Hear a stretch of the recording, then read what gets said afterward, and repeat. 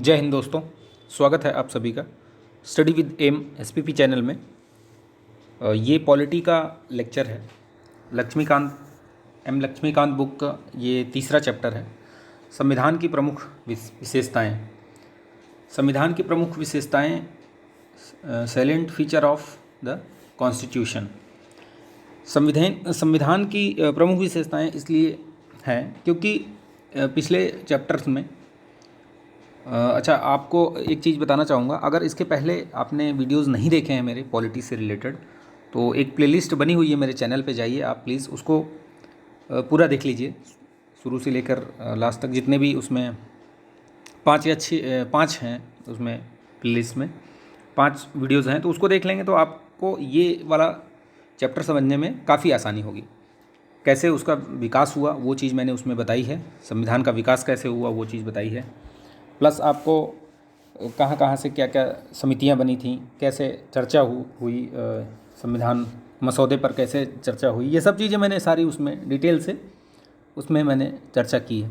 तो आप उसको एक बार देख लेंगे प्लेलिस्ट को, तो आपका जो भी डाउट्स है या जो भी वो अंडरस्टैंडिंग है, एक समझ बन जाएगी और डाउट्स सारे क्लियर हो जाएंगे आपके।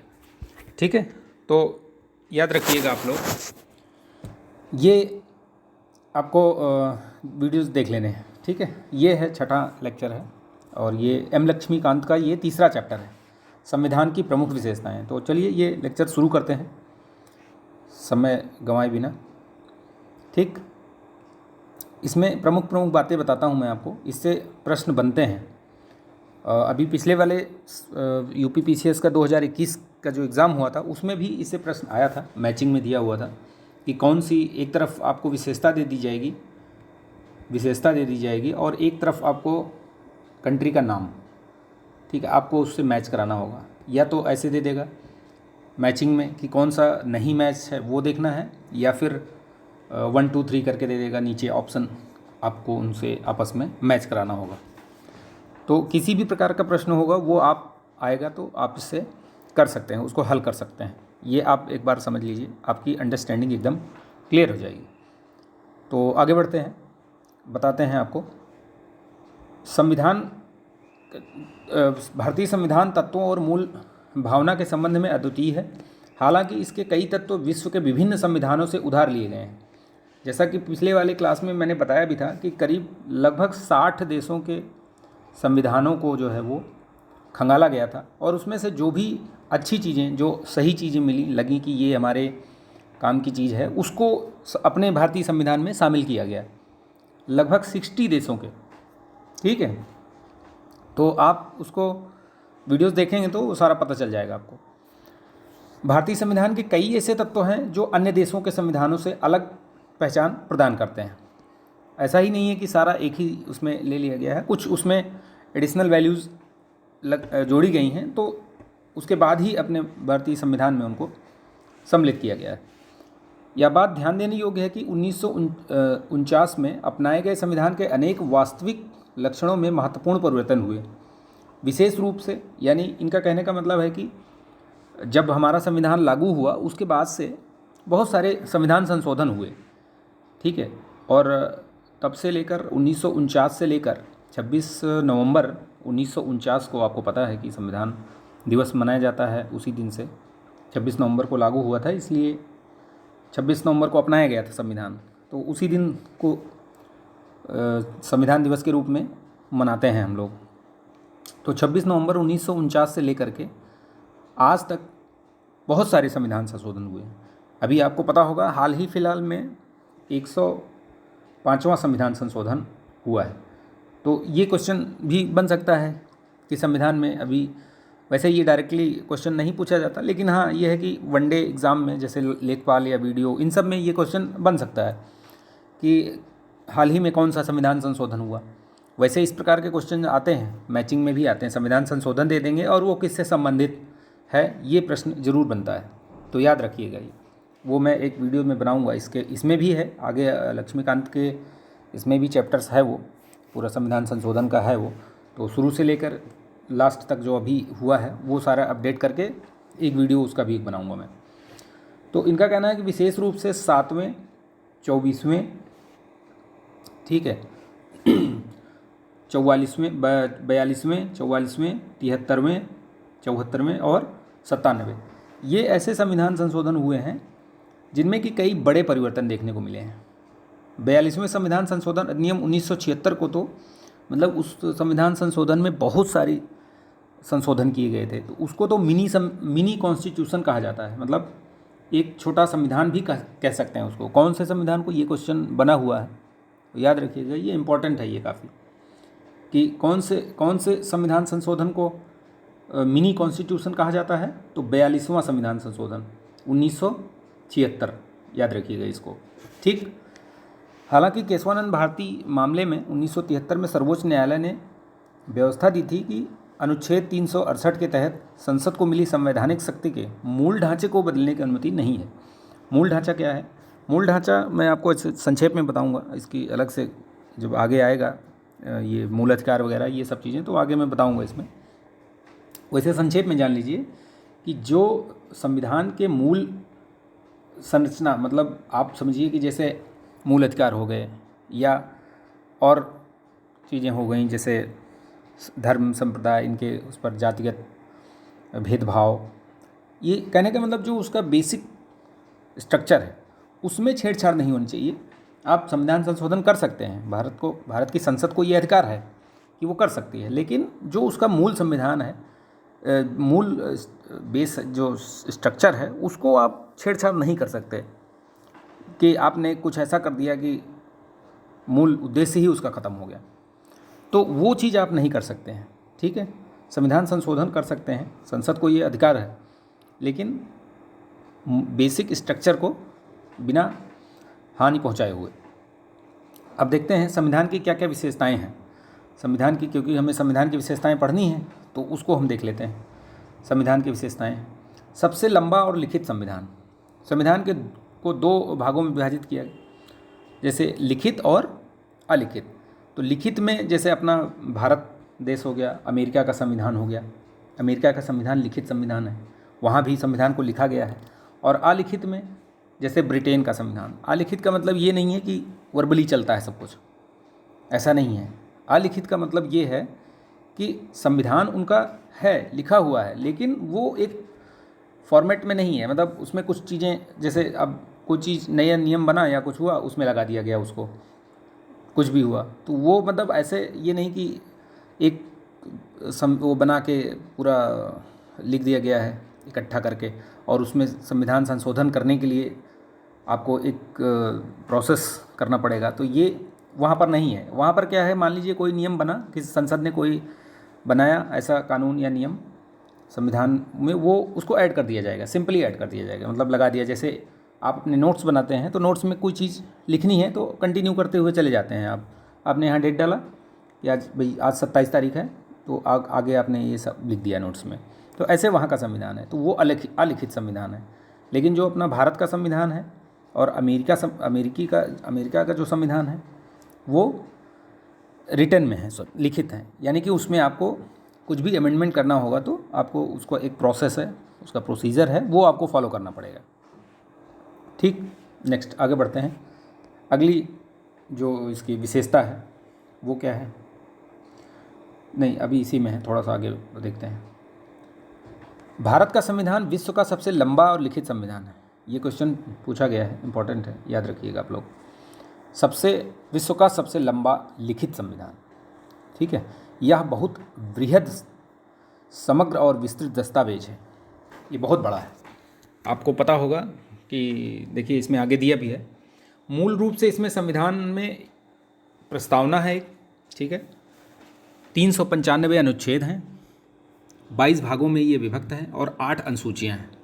ये इतने, जब मूल संविधान अपनाया गया था उस समय के हिसाब से ये बता रहे हैं कि भाई उसमें 22 भाग हैं, 395 अनुच्छेद हैं और 8 अनुसूचियाँ हैं। ये उस समय का था। 2016 के हिसाब से इसमें दिया गया है कि एक प्रस्तावना एक हो गई, 465 अनुच्छेद हो गए, 25 भागों में विभक्त हो गया और 12 अनुसूचियाँ हो गई, ठीक है, याद रखिएगा ये। 1951 से हुए विभिन्न संशोधनों के करीब करीब 20 अनुच्छेद व एक भाग 7 को हटा दिया गया था। भाग 7 को हटा दिया गया था। ठीक है, इसमें करीब 90 अनुच्छेद 4 भागों में, 4 का, 9 का, 9 खा और 14 का, और 4 अनुसूचियाँ 9, 10, 11, 12 को जोड़ा गया था। तो ये बता रहे हैं कि कितने अनुच्छेद हट गए थे और कितने नए अनुच्छेद जोड़े गए, या कितनी अनुसूचियाँ और जोड़ी गई। जैसे 9वीं अनुसूची, क्योंकि 8 ही अनुसूची थी शुरुआत में, अभी कितनी है, 12 है। दैट मीन्स 4 को प्लस किया गया। ठीक, तो आगे बढ़ते हैं।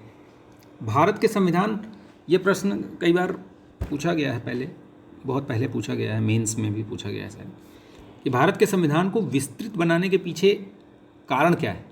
ये मतलब ये भारतीय संविधान इतना विस्तृत क्यों है, इतना बृहत क्यों है, बड़ा क्यों है। तो उसके कुछ कारण दिए हुए हैं, याद रखिएगा। ये प्रश्नों उसमें वाक्य में प्री में भी आ सकता है, महत्वपूर्ण है ये, तो ध्यान रखिएगा आप इसको। कि देखिए, एक तो भौगोलिक कारण है। आपको पता है कि भाई भारत का विस्तार और विविधता कितनी है। आपको अपने यहाँ कहावत है कि कोस कोस पे बानी बदले 4 कोस पे, कोस कोस पे पानी बदले 4 कोस पे बानी। मतलब आप जैसे ही बढ़ते जाएंगे, किसी भी दिशा में अगर जाते हैं आप, तो आप कुछ दूर जाएंगे तो वहाँ पे आपको अलग ही कल्चर दिखेगा। पूरे भारत में पता है कि विविधताओं का ही देश है ये।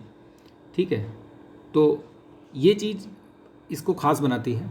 और वही एक रीज़न ये भी दिया गया है इसमें कि आपको भौगोलिक कारण भी है उसका विस्तृत होने का। ऐतिहासिक कारण क्या है? एक तो भौगोलिक हो गया कि भाई भारत का विस्तार और विविधता। दूसरा ऐतिहासिक रीज़न क्या है, ऐतिहासिक कारण क्या है? इसके उदाहरण के रूप में भारत शासन अधिनियम 1935, आपको पिछली कक्षाओं में मैंने बताया है, पिछली क्लासेस में, कि ये जो अधिनियम आया था इसमें इसके प्रभाव को देखा जा सकता है। ये अधिनियम आया है, पिछली क्लास में जाइए आप देखिए, उसमें मैंने सारा डिटेल से बताया हुआ है। यह अधिनियम बहुत विस्तृत था और इसका प्रभाव इस पर पड़ा है। मतलब 2/3 आप समझिए कि 2/3 जो है भाग जो है उठा के सीधे अपने भारतीय संविधान में रख लिए गए हैं उसको। तो वो भी एक रीज़न है। ठीक, जम्मू कश्मीर को छोड़कर केंद्र और राज्य दोनों के लिए एकल संविधान, यानी कि राज्य का भी इसमें है पूरा प्रावधान दिया हुआ है और संघ के लिए तो है ही है। इस वजह से ये विस्तृत है, एक रीज़न ये भी है। और संविधान सभा में कानून विशेषज्ञों का प्रभुत्व। आपको पता है कि पहले स्वतंत्रता संग्राम जब इसकी शुरुआत हुई, या जो भी जब से कांग्रेस बनी, या पहले के जो प्रबुद्ध वर्ग हुआ करते थे, आप देखिए उनमें से ज़्यादातर लोग लॉ की पढ़ाई करते थे पहले के। उसमें कोई आप देखिए, किसी को भी उठा के देख लीजिए, वो या तो मतलब शिक्षक रहा होगा, या फिर वो कानून की पढ़ाई उसने ज़रूर करी होगी। चाहे वो गांधी जी हों, अपने सरदार वल्लभ भाई पटेल हों, जितने भी बड़े बड़े, जवाहरलाल नेहरू, मोतीलाल नेहरू, जितने भी बड़े बड़े नेतागण थे, वो सब कानून विशेषज्ञ थे। तो ये एक वजह थी कि भाई जब संविधान सभा में बहस होती थी, चर्चा होती थी, तो सभी कुछ न कुछ अपनी राय प्रकट करते थे उसमें। तो ये एक रीज़न ये भी है। ठीक है, तो ये 4 महत्वपूर्ण रीज़न हैं, इनको याद रखिएगा। सवाल पूछा जाता है प्री में भी, आपको 2 सेंटेंस बना के दे देगा, तो उसमें आपको ये चीज़ें पता होनी चाहिए कि एक तो भारत का विस्तार और विविधता की वजह से ये विस्तृत है भारतीय संविधान। दूसरा कारण ऐतिहासिक है, क्योंकि भारत शासन अधिनियम 1935 के प्रभाव को इस पर देखा जा सकता है। तीसरा कारण है कि राज्य और संघ और राज्य, मतलब केंद्र के लिए और राज्य के लिए एक ही संविधान है, इसलिए और भी बड़ा है ये। संविधान सभा में कानून विशेषज्ञों का प्रभुत्व है, इसलिए भी ये बड़ा है। तो ये भी ध्यान रखिएगा आप। तो ये 4 चीज़ें हैं, इन 4 चीज़ों को ध्यान रखिएगा आप। ठीक है, आगे बढ़ते हैं। ठीक, ये मैंने कुछ नोट्स वैसे बना रखा था, इसको मैं आगे डिस्कस करूँगा, इसमें आएगा ये। मैंने मौलिक अधिकार कहाँ से लिया गया है वो लिखा है, और राज्य के नीति निर्देशक तत्व कहाँ से लिए गए हैं वो लिखा हुआ है। तो ये दोनों संविधान के दार्शनिक भाग हैं। इन दोनों को मिला करके अगर ये क्वेश्चन ये बनता है, ये बना भी है कि पूछा भी गया है कि संविधान के दार्शनिक भाग में क्या क्या आता है, क्या क्या सम्मिलित है, तो ये मौलिक अधिकार और राज्य के नीति निर्देशक तत्व, ये दोनों को मिला करके संविधान का दार्शनिक भाग कहते हैं। ये ध्यान रखिएगा, एक क्वेश्चन ही है वो। संविधान में न सिर्फ मौलिक सिद्धांत बल्कि विस्तृत रूप से प्रशासनिक प्रावधान भी विद्यमान है। सिर्फ उसमें मौलिक सिद्धांत नहीं है, प्रशासनिक प्रावधान का भी वर्णन किया गया है। इसके अतिरिक्त अन्य आधुनिक लोकतंत्रों में जिन मामलों में आम विधानों अथवा स्थापित राजनीतिक प्रॉपर्टी को छोड़ दिया गया है, उन्हें भी भारत के संवैधानिक दस्तावेज में शामिल किया गया है। तो ये इस वजह से ये इतना विस्तृत हुआ है। विभिन्न स्रोतों से विहित, अब दूसरी विशेषता, अभी हम तो विशेषता पढ़ रहे थे अभी हम, तो पहले हमने पढ़ा था कि इसका सबसे विस्तृत होना और ये बड़ा होना, ये सबसे लंबा और लिखित संविधान, उसका ये पढ़ा है पहली विशेषता। ये दूसरी है विभिन्न स्रोतों से विहित। तो ये देखिए, इसमें पढ़ते हैं, भारत के संविधान ने अपने अधिकतर उपबंध विश्व के कई देशों के संविधानों, जैसे भारत शासन अधिनियम 1935 के उपबंधों से लिए हैं। मैंने जैसे पहले बताया आपको कि 2/3 से ज़्यादा जो है उपबंध भारत शासन अधिनियम 1935 से ही लिए गए हैं। ठीक है। डॉक्टर अंबेडकर ने गर्व के साथ घोषणा की थी कि भारत के संविधान का निर्माण भारत के विभिन्न संविधानों को छानने के बाद किया गया है। ऐसा नहीं है कि ऐसे ही रख लिया गया, उनको बाकायदा उनकी स्क्रूटनी की गई है, उनको उस पर चर्चा की गई है, फिर उसके बाद अपने भारतीय संविधान में उनको शामिल किया गया है। संविधान का अधिकांश ढांचागत हिस्सा भारत शासन अधिनियम 1935 से लिया गया, जैसा कि अभी मैंने बताया आपको। संविधान का दार्शनिक भाग मौलिक अधिकार और राज्य के नीति निर्देशक तत्व हैं। अभी मैंने आपको बताया ऊपर, क्रमशः अमेरिका और आयरलैंड से प्रेरित हैं, वो भी मैंने बताया आपको। मूल अधिकार अमेरिका से, और नीति निर्देशक तत्व जिसको DPSP करते हैं, डायरेक्टिव स्टेट्स ऑफ प्रिंसिपल्स। ठीक है, directive principles of state policy, DPSP याद रखिएगा।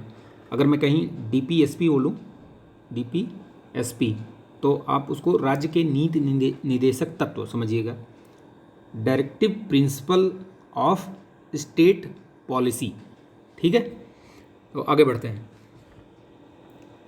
नेक्स्ट आगे क्या है कि भारतीय संविधान के राजनीतिक भाग, संघीय सरकार का सिद्धांत और कार्यपालिका और विधायिका के संबंध का अधिकांश हिस्सा ब्रिटेन के संविधान से लिया गया है। बता रहे हैं कि कहाँ से क्या क्या चीज़ें प्रेरित हैं। संविधान के अन्य प्रावधान कनाडा, ऑस्ट्रेलिया, जर्मनी, USSR जो कि अब रूस है, फ्रांस, दक्षिण अफ्रीका, जापान इत्यादि देशों से लिए गए हैं। आगे पूरा डिटेल से दिया गया है कि कौन सा क्या प्रावधान किस देश से लिए गए हैं, वो आगे है, डिस्कस करेंगे उसको। भारत के संविधान पर सबसे बड़ा प्रभाव भौतिक सामग्री का स्रोत भारत सरकार अधिनियम 1935 रहा है, जैसा कि मैं पहले भी बता चुका हूँ। संघीय व्यवस्था, न्यायपालिका, राज्यपाल, आपातकालीन अधिकार, लोक सेवा आयोग और अधिकतर जो प्रशासनिक विवरण है इसी से लिए गए हैं। ये सब चीज़ें याद रखिए, ये सब चीज़ें इसी अधिनियम से सीधे उठा लिए गए हैं।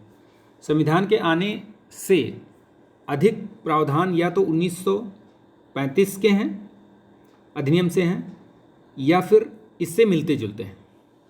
ठीक, तो ये दूसरी विशेषता हो गई। तीसरी क्या है, नम्यता और अनम्यता का समन्वय। तो संविधानों को नम्यता और अनम्यता की दृष्टि से वर्गीकृत किया गया है। कठोर या अनम्य संविधान उसे माना जाता है जिसमें संशोधन के लिए विशेष प्रक्रिया की आवश्यकता होती है। जब मैं संविधान संशोधन पढ़ाऊंगा आगे चैप्टर में, तो आपको पता चल जाएगा, वो आपका जो भी डाउट्स है वो क्लियर हो जाएगा कि किस प्रकार वो कठोर है, अनम्य है या सरल है। फिर भी थोड़ा बहुत इसमें बताया गया है। जैसे उदाहरण के लिए अमेरिकी संविधान क्या है, वो अनम्य है, कठोर है, वहाँ पर संविधान संशोधन करना टेढ़ी खीर है। लचीला या नम्य संविधान कहलाता है जिसमें संविधान की प्रक्रिया वही हो जैसे कि आम कानूनों के निर्माण, जैसे कि ब्रिटेन में। अभी मैंने बताया ना कि वहाँ पर बहुत ज़्यादा कुछ करना नहीं पड़ता उनको, वो उन्होंने आपस में संसद में जो भी चर्चाएं हुई, नियम बनाया और उसको लिख दिया, ठीक है, तो वो लचीला है। भारत का संविधान ना तो लचीला है और ना ही कठोर। कहने का मतलब भारतीय संविधान में ये विशेषता है कि ना तो वो लचीला है, यानी कि ना ही तो वो उसमें आसानी से आप संशोधन कर सकते हैं, और ना ही कठोर है, ना तो इतना कठोर है कि पता उसमें आप संशोधन ही नहीं कर पाएँ। तो दोनों का ये मध्यम मार्ग में है, ये बीच में, ठीक है, दोनों का मिला जुला रूप है ये। अनुच्छेद 368 में दो तरह के संविधान संशोधन की बात की गई है, तो वो बताया गया है अनुच्छेद 368 में संविधान संशोधन। पहला क्या बताया गया है, कुछ उपबंधों को संसद के विशेष बहुमत से संशोधित किया जा सकता है, और उदाहरण के लिए दोनों सदनों में उपस्थित और मतदान में भाग लेने वाले सदस्यों का 2/3 बहुमत। यानी कि कुछ संविधान संशोधन ऐसे होते हैं जिनके लिए आपको विशेष बहुमत की आवश्यकता होती है। विशेष बहुमत का मतलब ये हो गया कि दोनों सदनों से पास होगा एक तो वो, और उसमें भी दोनों सदनों में उपस्थित और मतदान में भाग लेने वाले सदस्यों का 2/3 बहुमत। एक तो उपस्थित, वही जो उपस्थित हैं सदन में, और मतदान देने वाले उसका 2/3। प्रत्येक सदन में कुल सदस्यों का बहुमत, वो दोनों में बहुमत होना चाहिए, जो कि 50% से अधिक है, तभी संविधान संशोधन वो हो सकता है विशेष वाले में। कुछ अन्य प्रावधानों को संसद के विशेष बहुमत और कुल राज्यों के आधे से अधिक राज्यों के अनुमोदन से संशोधित किया जा सकता है। जैसे इसमें कहने का मतलब ये है कि एक संविधान संशोधन तो ऐसा है जो कि आपको विशेष बहुमत की ज़रूरत तो पड़ेगी, ये आप सदन में उपस्थित और मतदान देने वाले जो सदस्यगण हैं उनका 2/3 बहुमत, और एक तो वो हो गया, और दूसरा ये कि उसके साथ साथ कुल राज्यों के आधे से अधिक, यानी कि अभी कितने राज्य हैं, 36, तो आपको आधे से अधिक राज्य, यानी कि अगर कोई ऐसा प्रावधान है जो कि राज्यों को भी प्रभावित करता है, तो वो विशेष बहुमत के साथ साथ आधे से अधिक राज्यों की विधानसभाओं से भी पारित होना चाहिए। यानी लगभग 18, 19 या 20 राज्यों के, आधे से अधिक राज्यों के विधानसभाओं से पारित होना चाहिए, तभी वो संशोधन होगा। जैसे जीएसटी हुआ था, जीएसटी का जो संविधान संशोधन करके जीएसटी को जोड़ा गया था आर्टिकल 279 में, 279A जोड़ा गया था, तो वो उसमें यही हुआ। पहले वो 2/3 बहुमत से, उधर विशेष बहुमत से दोनों सदनों से पास हुआ, उसके बाद वो राज्यों, आधे से अधिक जितने राज्य थे उनके आधे से अधिक विधानसभाओं द्वारा पारित हुए, तब जाके वो इम्प्लीमेंट हुआ और वो संवैधानिक संस्था बनी जीएसटी, ठीक है। 279A में वो जीएसटी काउंसिल की व्यवस्था की गई, तो वो चीज़ है।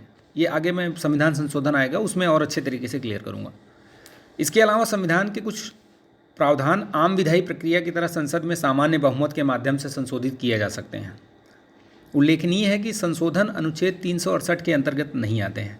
ये वाले संशोधन जो नॉर्मल संविधान संशोधन होते हैं, जैसे किसी स्टेट का नाम बदलना है, ठीक है, और कोई 2 स्टेट से एक ये अलग स्टेट बनाना, या किसी स्टेट में ये राज्य, ये विधान परिषद की स्थापना करनी है, ये सब संविधान संशोधन सामान्य संविधान संशोधन है, ये 368 के अंतर्गत नहीं आते हैं, ठीक है। आगे चलते हैं। विशेषता, एकात्मकता की ओर झुकाव के साथ संघीय व्यवस्था। एक तो होता है कि पूरा संघीय, और एक होता है एकात्मकता की ओर झुकाव के साथ संघीय। मतलब है तो वो संघीय, लेकिन उसका ज़्यादातर झुकाव एकात्मकता की ओर है, मतलब सिंगल इसमें है। तो वो कैसे, क्या क्या विशेषताएं हैं उसकी, कैसे आप जानेंगे कि भैया ये एकात्मकता की ओर झुकाव है इनका। तो भारत का भारतीय संविधान संघीय सरकार की स्थापना करता है, ठीक है। इसमें संघ के सभी आम लक्षण विद्यमान हैं। यानी संघ के क्या क्या लक्षण हैं, संघीय, ये पूछा जाता है, ये बहुत ही इंपॉर्टेंट है, ये ध्यान रखिएगा आप।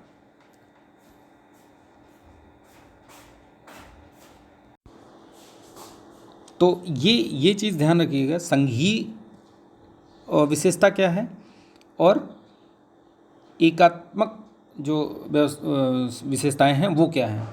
तो ये कई बार प्रश्न पूछा गया है इस पर। जैसे दो सरकार, अब संघीय व्यवस्था बता रहा हूँ, आप नोट्स बना लीजिएगा, नोट्स में आप लिख लीजिएगा कि संघीय विशेषताएं क्या हैं। एक तरफ लिखिए संघीय और एक तरफ लिखिए एकात्मक लक्षण।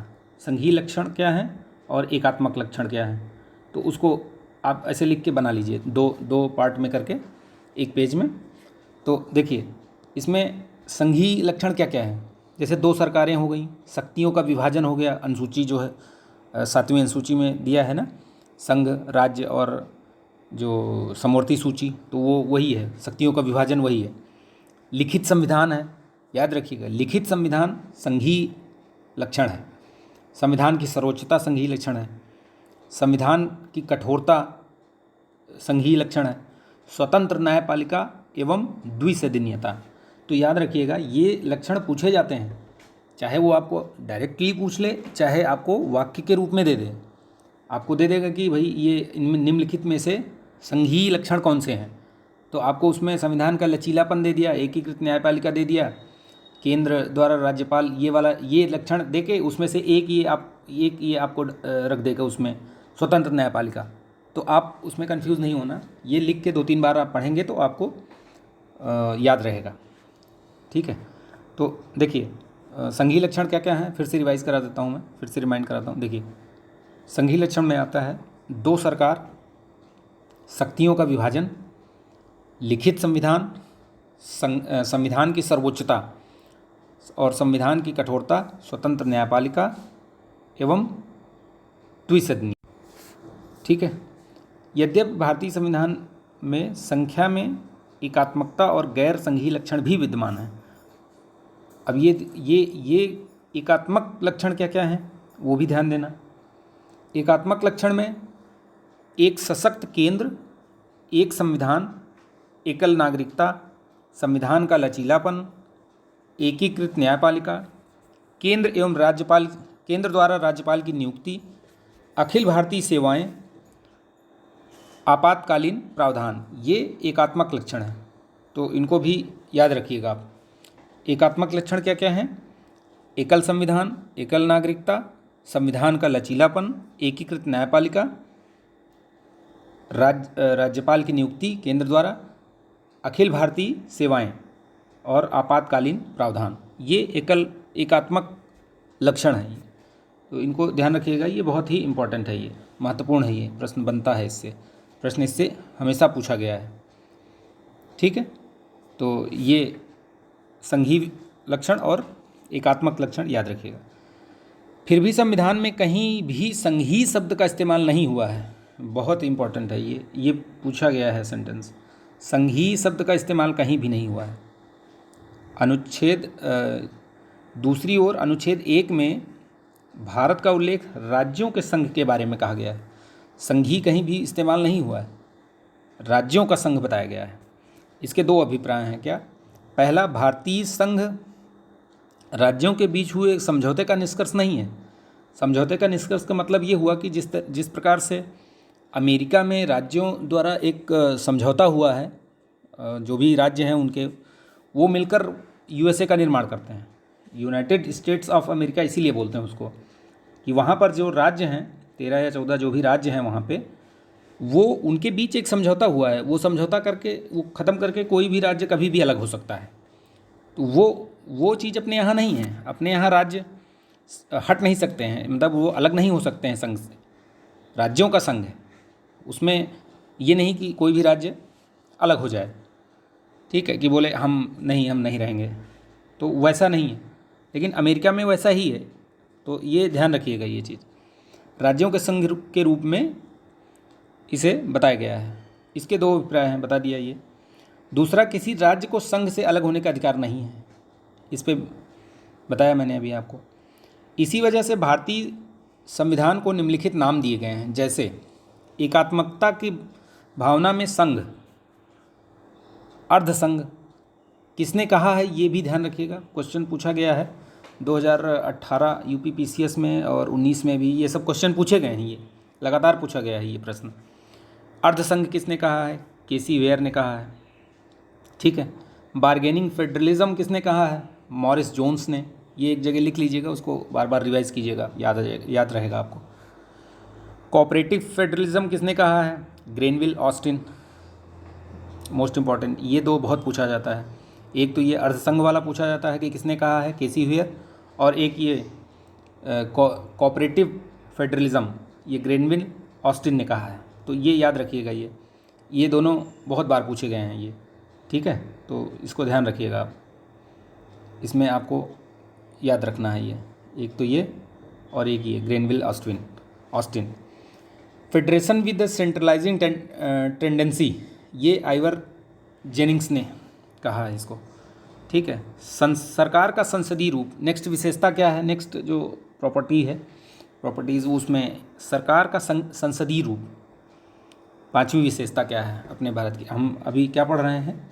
संविधान की विशेषता, तो वो पांचवी विशेषता क्या है? ये सरकार का संसदीय रूप। भारतीय संविधान ने अमेरिका की अध्यक्षीय प्रणाली के बजाय ब्रिटिश के संसदीय तंत्र को अपनाया है। ठीक है। अमेरिका में प्रेसिडेंशियल फॉर्म है और यहाँ ब्रिटेन में क्या है? संसदीय है। तो वही व्यवस्था अपनाया। क्यों अपनाया? क्योंकि हम इस संसदीय व्यवस्था से ही जो है अपने कहने का मतलब ब्रिटिश यहाँ पर राज कर रहे थे, तो इससे हम लोग परिचित थे, इस व्यवस्था से। इस वजह से संसदीय ये व्यवस्था हमने अपनाया। ठीक है। कोऑपरेटिव फेडरलिज्म, ये मैंने जैसे अभी बताया वो चीज़ मैंने यहाँ नोट्स बना के लिख लिया था कि बार बार उसको इधर उधर देखने से अच्छा है पेज आप पलटिए और उसी पर ये आपको दिख जाएगी important cheese. Cooperative federalism, Granville Austin. Centre with the centralising tendency, Ivor Jennings व अन्य। अर्धसंघ किसने कहा है? केसी वेयर ने कहा है। ठीक है। तो ये एकात्मकता की भावना में संघ किसने कहा है? वो भी केसी वेयर ने ही कहा है। तो ये याद रखिएगा आप, पूछा गया है ये प्रश्न। तो इसको अभी ये वीडियो को यहीं समाप्त करते हैं क्योंकि वीडियो बहुत लंबा हो जाएगा। तो अगर ये वीडियो आपको अच्छा लगा हो तो प्लीज़ लाइक, शेयर और सब्सक्राइब कर दीजिएगा। तो अगला वीडियो मैं जल्दी ही आपको अपलोड करूँगा, और तब तक के लिए ध्यान रखिए, आप लोग स्वस्थ रहिए, मस्त रहिए, और तब तक के लिए मिलते हैं अगले वीडियोज़ में। धन्यवाद। ओके, माफ़ कीजिएगा, ये पांचवी विशेषता तो ख़त्म ही कर देते हैं क्योंकि ये थोड़ा सा ही है, इसको ख़त्म कर देते हैं। छठवीं से मैं अगले नेक्स्ट वीडियो में इसको करूँगा, तो ये जल्दी से इसको फिनिश कर देते हैं, ज़्यादा समय नहीं लूँगा इसमें। जबकि अध्यक्षीय प्रणाली दोनों के बीच शक्तियों के विभाजन के सिद्धांत पर आधारित है। यहाँ पर लिखा हुआ है कि क्या कैसे क्या है। संसदीय व्यवस्था विधायिका और कार्यपालिका के मध्य समन्वय होता है, जो संसदीय प्रणाली होती है, और जो अध्यक्षीय प्रणाली होती है जो अमेरिका में है, वो दोनों के बीच शक्तियों के विभाजन के सिद्धांत पर आधारित होता है। तो ये चीज़ याद रखना कि इसमें संसदीय प्रणाली में क्या होता है? विधायिका कार्यपालिका के मध्य समन्वय व सहयोग होता है, लेकिन अध्यक्षीय प्रणाली में विभाजन, शक्तियों का विभाजन होता है। संसदीय प्रणाली को वेस्टमिंस्टर के रूप में या उत्तरदायी सरकार या मंत्रिमंडलीय सरकार के रूप में जाना जाता है।